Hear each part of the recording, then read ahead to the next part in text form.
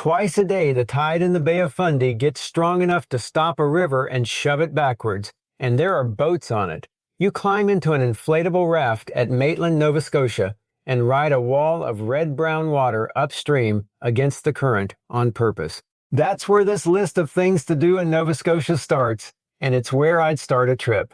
But the tide is the easy part.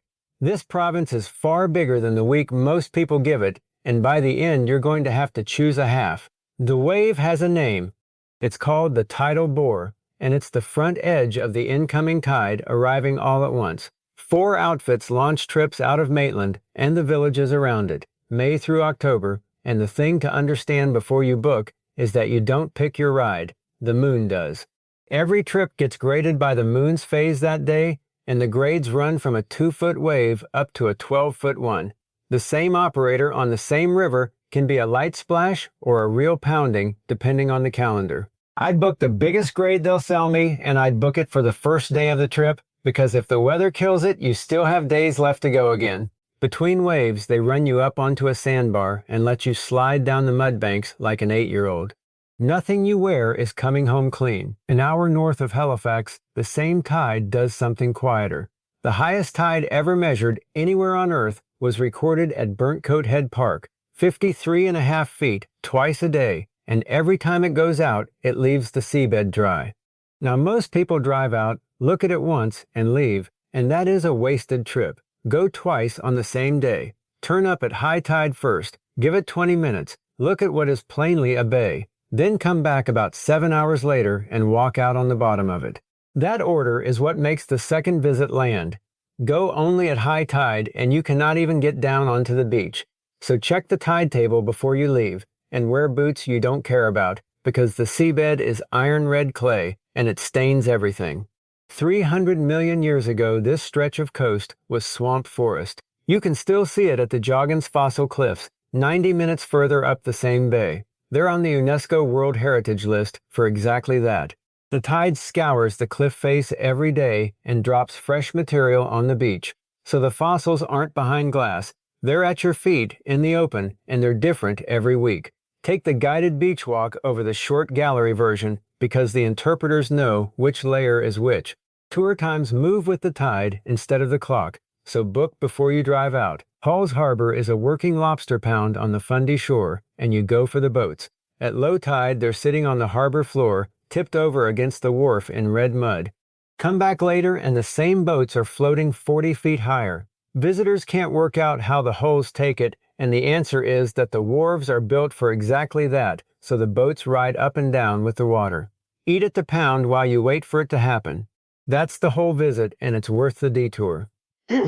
Everything so far has been a short walk from a parking lot. Cape Split is 5 hours. The trail runs out along a wooded ridge to a headland above the Minas Channel, which is the narrow throat the entire Fundy tide has to squeeze through. Stand at the end, and you're looking straight down at the water doing it. There's no scrambling, it's just long, so take lunch. Blomidon, down the same shore, is the short version, and you go at low tide to watch how fast the water comes back. Somebody or somebody's dog goes over the edge at one of those two places most years. The cliffs have no railings, stay well back from them. That red mud turns into some of the best farmland in the country a few miles inland, and there's a reason for that.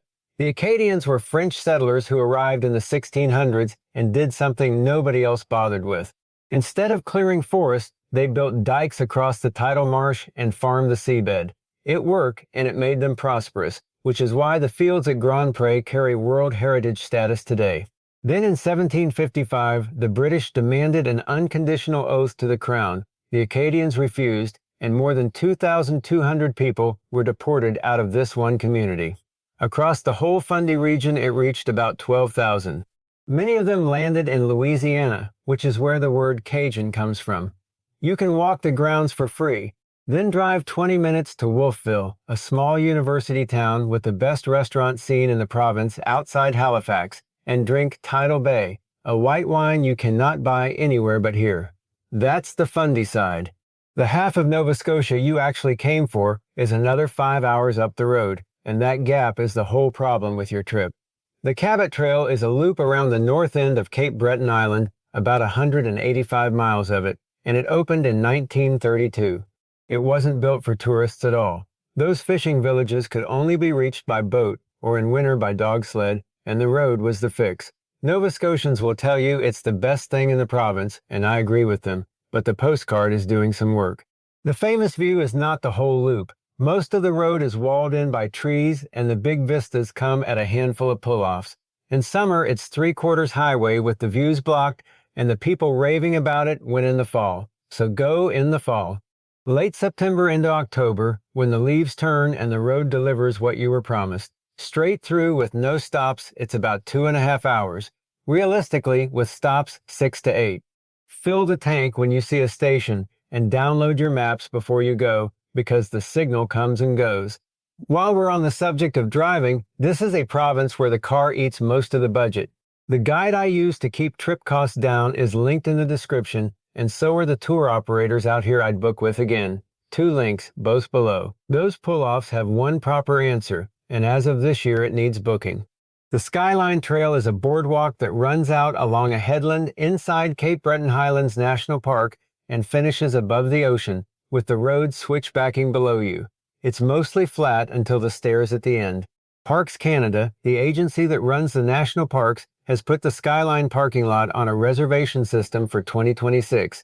You book a timed 4-hour slot, and you need one from June 26th to October 25th. Outside those dates, you can turn up. Drive 5 hours, roll into that lot in August with no booking, and you are not walking that trail. The reason is capacity. The trail was closed for years once already to recover from being walked to death. Don't bother in fog.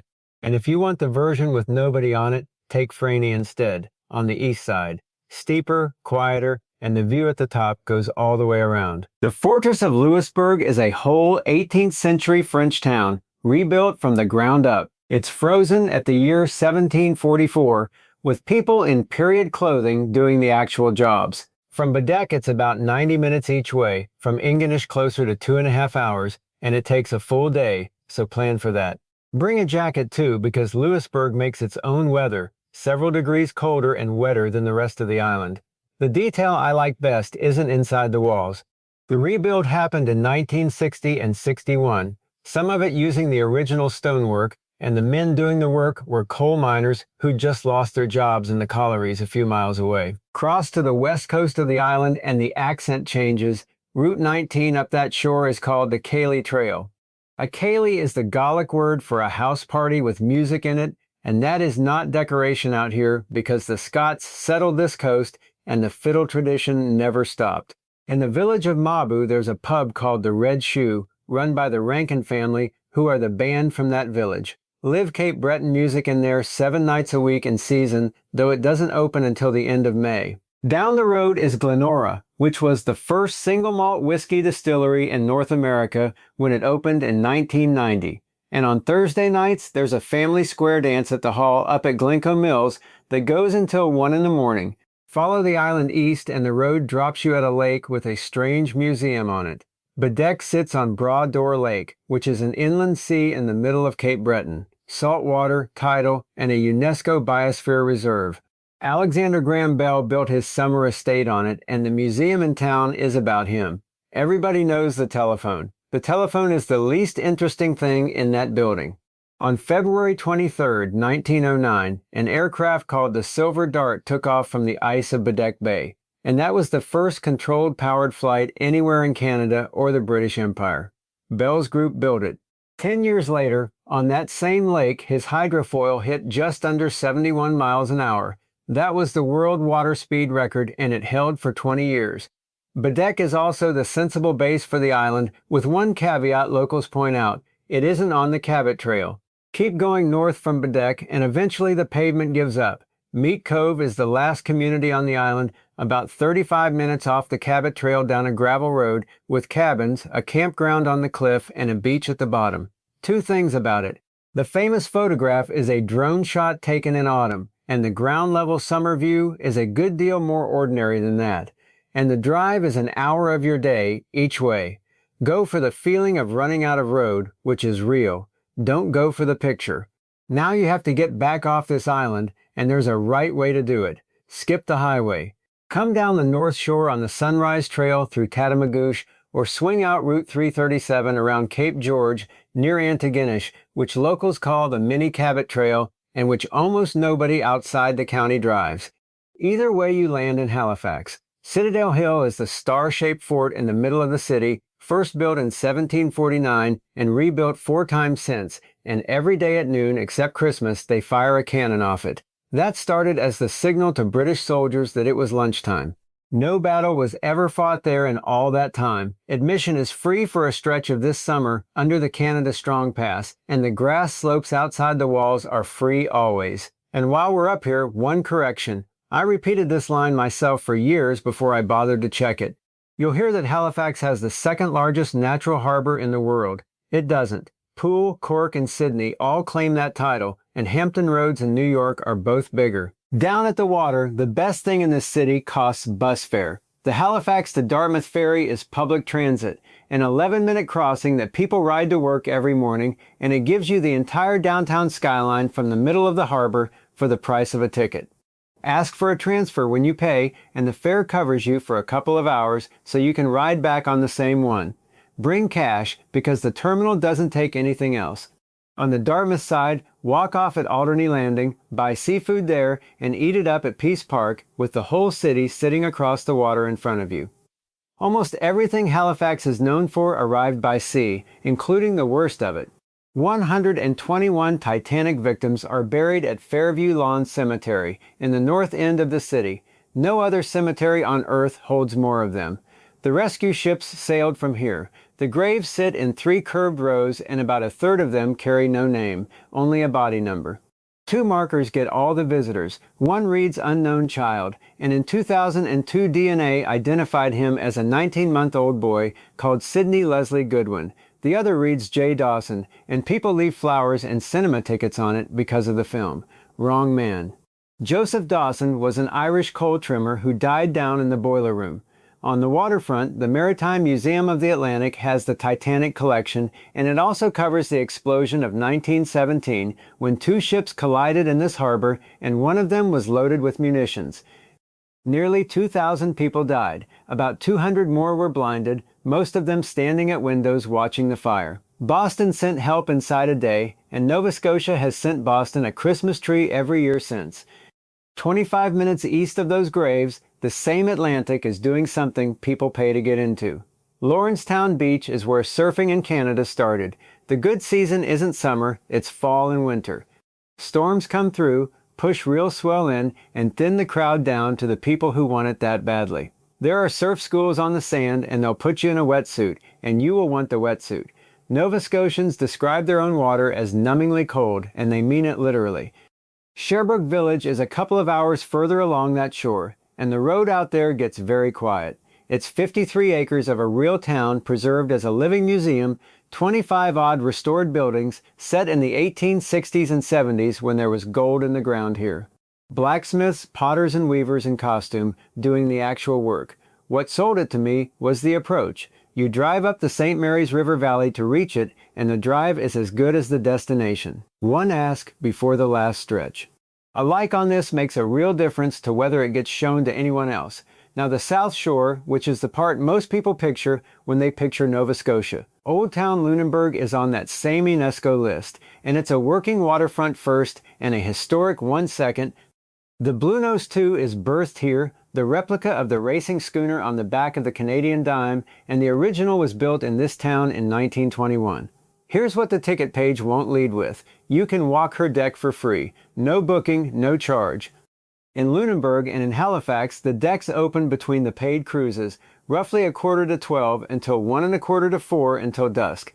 But check the schedule first because she moves between ports. The town also builds ships for the movies, several productions a year, which is why the waterfront occasionally has a tall ship in it that has no business being there. And eat Lunenburg sausage while you're in town. It's a smoked pork sausage almost nobody outside this county has tried, and the Knot Pub puts it in a burger. 20 minutes up the coast is an island with a television show attached. Oak Island is privately owned and closed to the public except on a book tour, which is 2 hours around the island on a covered tram past the Money Pit, Smith's Cove, and the swamp. The treasure hunt has been running for more than 230 years, and nobody has found anything conclusive, which is either the appeal or the whole problem. I'd say it's the appeal. Two things you need to know. The season is May to the end of October, and the tours only run at weekends, 3 departures a day, and they sell out. If you want this one, book it before you book anything else on the South Shore. Mahone Bay is the row of wooden churches at the head of a harbor, which is the postcard you've already seen of this province. Small museum, good graveyard, and every autumn the town covers itself in the pumpkin people, which is exactly as strange as it sounds. Chester is 15 minutes on, and it's a sailing town. Sit on the patio at the rope loft, watch the boats, see what's on at the Playhouse. East of Chester, on the coast road back toward Halifax, is the one you already know about, and the question is whether it's worth your afternoon. Peggy's Cove is about 45 minutes from Halifax, and its lighthouse is one of the most photographed structures in Atlantic Canada. Go, but treat it as a stop on the way to Lunenburg and give it 45 minutes, because that's what's there.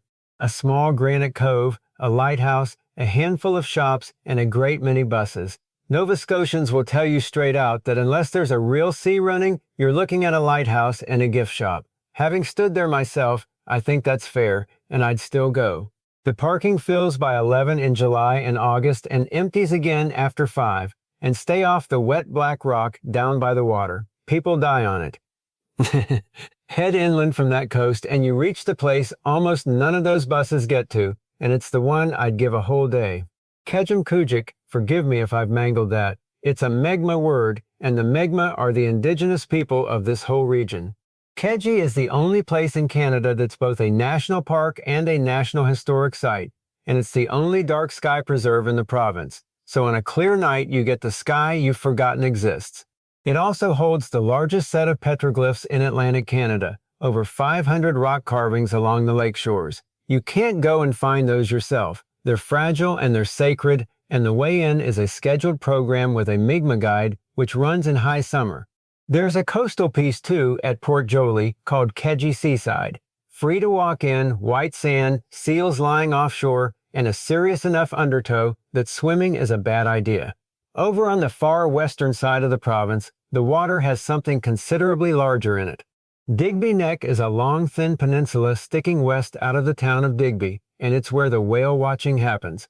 The Fundy tide moves an enormous volume of nutrients around every day, and the whales follow it in. Season is roughly June through September, and you're looking at humpbacks, mink, finbacks, and pilot whales, plus porpoises and seals. Honest note, trips get canceled for weather, and I found one traveler who went out twice and saw nothing but seals both times, so book it early in your trip and keep a spare day.